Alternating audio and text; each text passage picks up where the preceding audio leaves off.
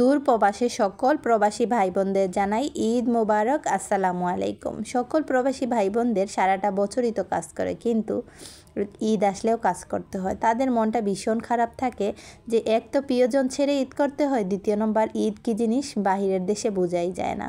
আসলে আমাদের বাংলাদেশে যেরকম ঈদকে এত সুন্দরভাবে পালন করা হয়, অন্য কোনো দেশেই সেরকম করে পালন করা হয় না।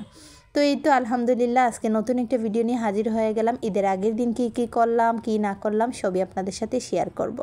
তো এদিকে হচ্ছে কিছু গরম মশলা নিয়েছি, সব ধরনের গরম মশলা সুন্দর করে এটাকে কেটে ব্লেন্ড করে নিব। আর জিরা মুড়ি ধুয়ে রোদে শুকিয়ে নিয়েছি ছাদে, এখন শুকিয়ে নিয়েছি, সুন্দর করে ব্লেন্ড করে নিব। এরকম করলে তাড়াতাড়ি করে রান্নাও হয়। আসলে আমিও প্রবাসীদের মতো, প্রবাসী না হয়েও প্রবাসীদের মতো ঢাকায় থাকি। দেশে যাওয়া হয় খুবই কম বাচ্চাদের জন্য। আগে অনেক যেতাম, কিন্তু এখন সেরকম করে যাওয়া হয় না বাচ্চাদের লেখাপড়ার কারণে, হাজব্যান্ডের ব্যবসার জন্য, সব মিলে অনেক ব্যস্ততা। কিন্তু মন তো চায়, ভীষণ করে বাচ্চারা ভীষণ চায় দেশে যাওয়ার জন্য। কিন্তু আস্তে আস্তে মানুষের মন পাল্টায়া যায়, যাওয়ার মতো ওই পরিবেশ থাকে না। তো এই তো কাজটা ছেড়ে নিয়ে হচ্ছে ছেলেরা আইসক্রিম খেতে চেয়েছিল। আমি টুকিটাকি কাজ করি, যেমন হচ্ছে কিছু সেলাইয়ের কাজ করি। তো আমার মনে হয় কিছু কাজ করলে আমার বাচ্চাদের খাওয়ালে ভালো লাগে। তো আইসক্রিম কিনে নিয়ে এসেছিলাম, ছেলেদের পছন্দের আইসক্রিম এনে হচ্ছে কাজটা ছেড়ে, ভীষণ গরম লাগছিল তো আইসক্রিম খেলাম, ভীষণ ভালো লাগছিল। আর ছেলেদের তো সেরকম করে বাসায় পাওয়াই যায় না, ঈদের ছুটি এই জন্য পাওয়াই, কারণ না হলে ছোটো ছেলে তো সারাদিন একবারে ফজরের থেকে রাত 10টা পর্যন্ত মাদ্রাসায়, আর বড় ছেলে হচ্ছে সকাল থেকে একবারে রাত পর্যন্ত স্কুল কোচিং সব মিলায় ব্যস্ত থাকে।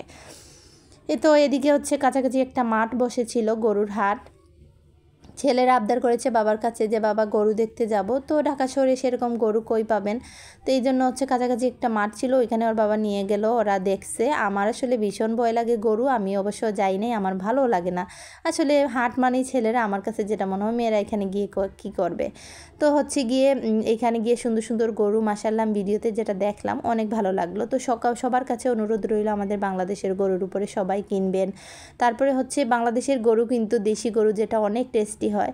আসলে বিভিন্ন সময় দেখা যায় ঈদের আগের দিন অনেক গরু কোথা থেকে এসে যায়, এসে পরে দেখা যায় আমাদের বাংলাদেশের মানুষগুলোই আসল দাম পায় না, একেবারে সস্তায় বিক্রি করে। আবার অনেক সময় দেখা যায় অনেক দাম দিয়ে কিনতেছে বাহিরের গরু।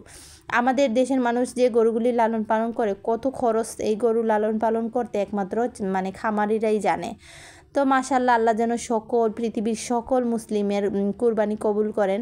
আসলে আল্লাহর নামে কুরবানি দেওয়া, আল্লাহ যেন সেটা কবুল করে নেন, সেটাই আসলে এখানে শো অফ করার কিছু নেই। যে কুরবানি দিতে পারবেন আলহামদুলিল্লাহ, যে দিতে পারবেন না তার জন্য মন খারাপ করবেন না। তারপরে হচ্ছে গিয়ে একটু আদা রসুন ব্লেন্ড করে নিয়েছি, একটু পেঁয়াজ ছিল। তো এই তো আজকের মতো ভিডিও, নতুন আরেকটা ভিডিও নিয়ে অন্য একদিন হাজির হয়ে যাব। এই পর্যন্ত ভালো থাকবেন। আসসালামু আলাইকুম।